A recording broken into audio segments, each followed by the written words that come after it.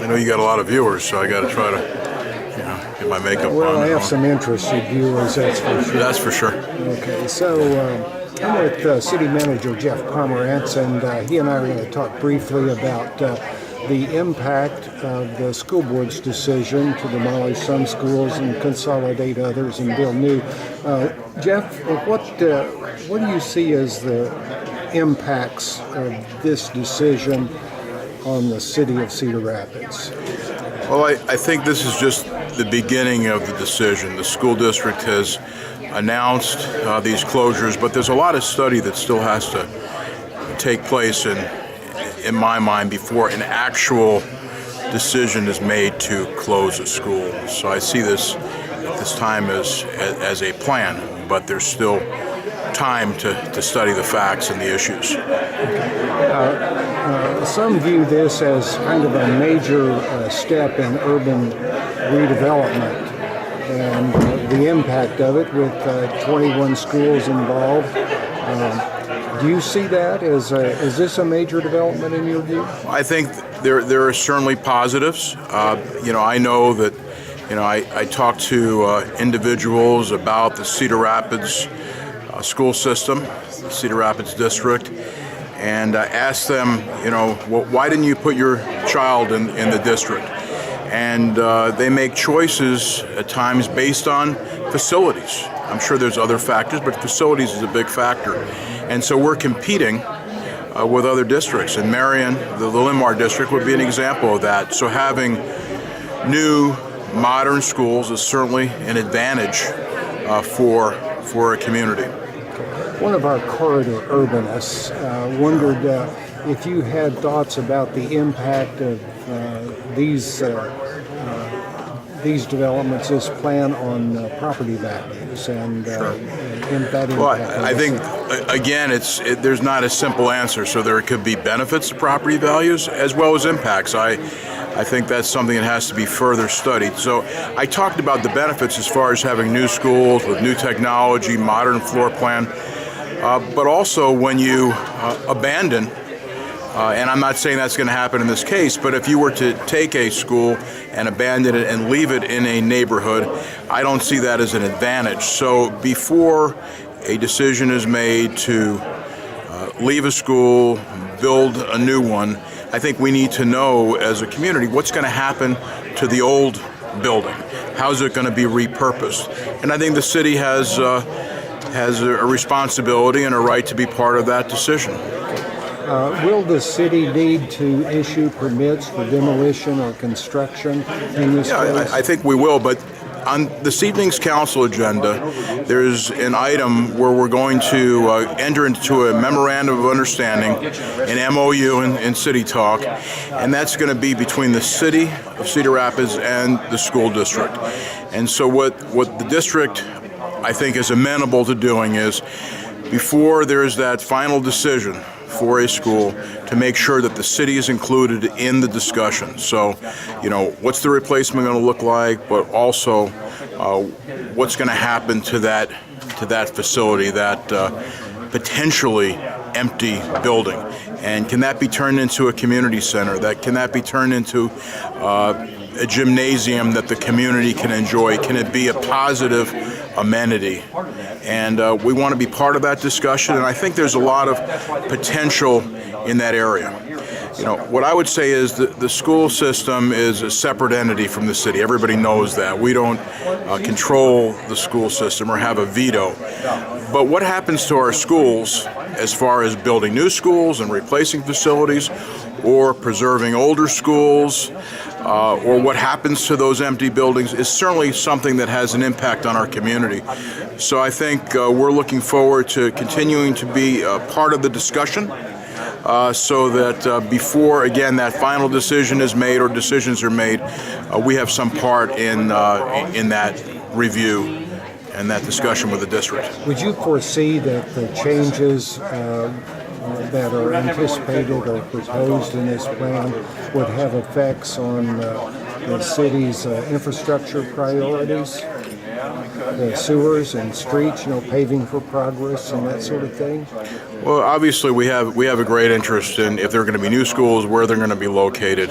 If schools are going to be left, what's going to happen to them? What is the effect on neighborhoods and on infrastructure? So we've been part of the discussion, but I think the school district is open to having further talks. So before a decision is made, that we'll be part again of that discussion. But ultimately, it's a separate taxing district and it's a separate government, and the city can control. But we certainly have, I think, through this MOU that's going to be approved this evening, the further ability to have discussions with the school district about the future of these facilities. Could you imagine that these discussions might focus at some point on cooperation and transportation of school children? The city has a public bus, has a public transportation system. I'm hoping that everything will be on the table, and again, the school district certainly has included us. I mean, there's been a number of forums. We've been part of those discussions, but this will be a further opportunity to talk about infrastructure, to talk about transportation, to talk about use of the facilities in the future. Okay. Excuse me. Yeah. Sure. You're going to have to go here. No, it's okay. No, that's fine. Thank you, Robin. The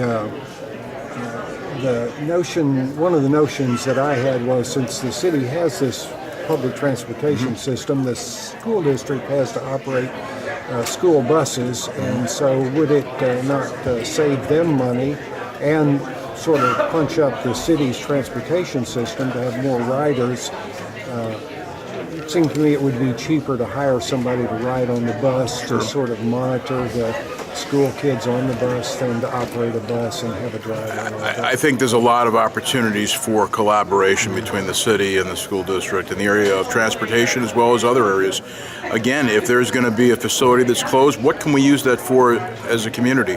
Now, the city also doesn't want to absorb all those costs either. That's not something we built into our budget, but how can we work together? A good example is Harrison School. At one time, as you know, there was discussion about closing Harrison School. And we actually expressed concerns to the district. They were very open to listening to us. And in the end, the school stayed open. There's development in the area. And we also collaborated on a new community center that the school district participated in the cost of in a small way, and the city participated as well. So I think there's lots of opportunities to collaborate. And, I know there's concern in the community.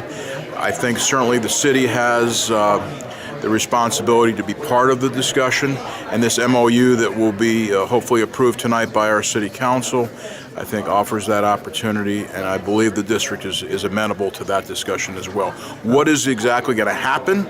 I do not know. That is, that is the future will tell.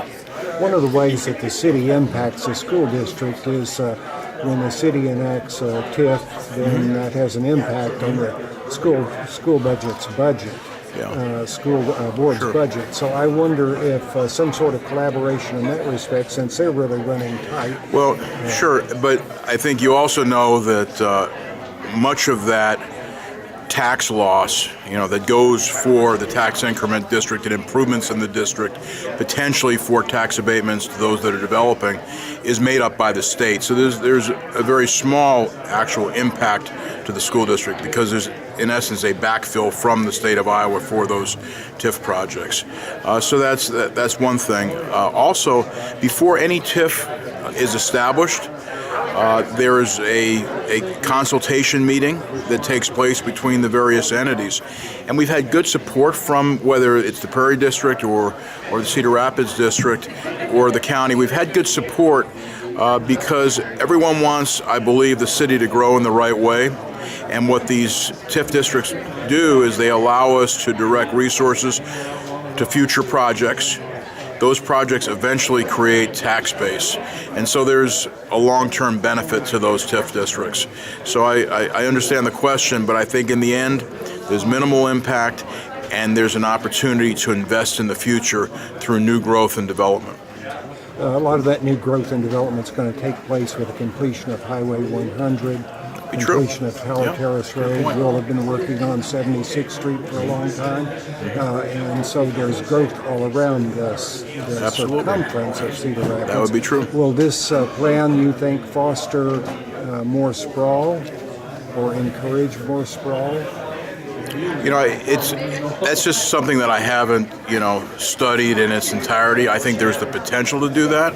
We want to be cautious that our city continues to grow, that we're competitive with other communities, but that we also pay attention to and invest in our core areas of the city. So I think, to me, growth is important overall.